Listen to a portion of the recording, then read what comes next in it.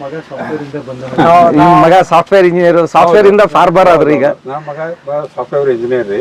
ಇಬ್ರು ಮಕ್ಳು ಬೆಂಗಳೂರದಾಗ ಸರ್ವಿಸ್ ಮಾಡ್ತಾರ. ಅವರು ಇಂಟರ್ನೆಟ್ ಮ್ಯಾಗ ತೆಗೆದು ನೋಡಿ ಮಾಡಿ ಈಜಿ ಗ್ರೋ ಅಂತೇಳಿ ಒಂದು ಏನು ಕಂಪ್ನಿ ಬಂತು, ಅದ್ರ ಬಗ್ಗೆ ಅವರು ಸ್ಟಡಿ ಮಾಡ್ಕೊಂಡು ಏನು ಮಾಡಿದರು, ಇಲ್ಲಿ ಬಂದು ನಾನು ಕೇಳಿದ್ರು ಅವರು ಏನು ಮಾಡಬೇಕು, ಹೆಂಗೆ ಮಾಡಬೇಕು. ಏನಿಲ್ಲ, ಎಕ್ಸ್ಪೆರಿಮೆಂಟ್ ಮಾಡೋರಿದ್ರೆ ಮಾಡಿರಿ, ಯಾಕೆ ಬೇಡ. ಯಾಕಂದ್ರೆ ಬದಲಾವಣೆ ಬೇಕು. ಬದಲಾವಣೆಗಿದ್ರೆ ಮಾತ್ರ ನಾವು ಡೆವಲಪ್ಮೆಂಟ್ ಆಗ್ಲಿಕ್ಕೆ ಸಾಧ್ಯತೆ, ಇಲ್ಲದೇ ಇದ್ರೆ ಇಲ್ಲ. ಅಂದ್ಕೂಡಲೇ ಅವ್ರಿಗೆ ಇಂಟ್ರೆಸ್ಟ್ ಐತೆ ಅಂದ್ಕೂಡಲೇ ನಾ ಏನು ಮಾಡಿದ್ದೀನಿ, ಆಯ್ತು ಮಾಡಿರಿ ನೀವು, ನಿಮಗೇನು ಹೆಲ್ಪ್ ಬೇಕು ನಾನು ಮಾಡ್ತೀನಿ, ನಾನು ಇಲ್ಲೇ ಇರ್ತೀನಿ ಅಂದ್ಕೂಡಲೇ ಅದನ್ನು ಪ್ರಾಜೆಕ್ಟನ್ನು ಸ್ಟಾರ್ಟ್ ಮಾಡಿದ್ದಾರೆ ಅವರ. ಈಗ ಪ್ರಾಜೆಕ್ಟ್ ಸ್ಟಾರ್ಟ್ ಆಗಿ ಮಾಡಿ ಸಾಧಾರಣ ಹೆಚ್ಚು ಕಡಿಮೆ 2 ತಿಂಗಳ ಮೇಲೆ ಆಯಿತು. ಆನಂತರ ಸಕ್ಸಸ್ಫುಲ್ ಇಲ್ಲಿ ತನಕ ಅವರು ಇದನ್ನು ಮಾಡ್ತಾರೆ. ಅವರು ಬೆಂಗಳೂರದಾಗಿದ್ರು ಸಹಿತ ನಾ ಬಂದು ಇಲ್ಲಿ ವಿಸಿಟ್ ಕೊಡ್ತೀನಿ, ಮುಂಜಾನೆ ಮತ್ತು ಸಾಯಂಕಾಲ ವಿಸಿಟ್ ಕೊಡ್ತೀನಿ. ಆನಂತರ ನಮ್ಮ ಆರ್ಗನೈಸ್ ಇರ್ತಾನೋ ಅವರೆಲ್ಲ ಕರೆಕ್ಟಾಗಿ ವರ್ಕ್ ಮಾಡ್ತಿರ್ತಾನೆ ನಾವು.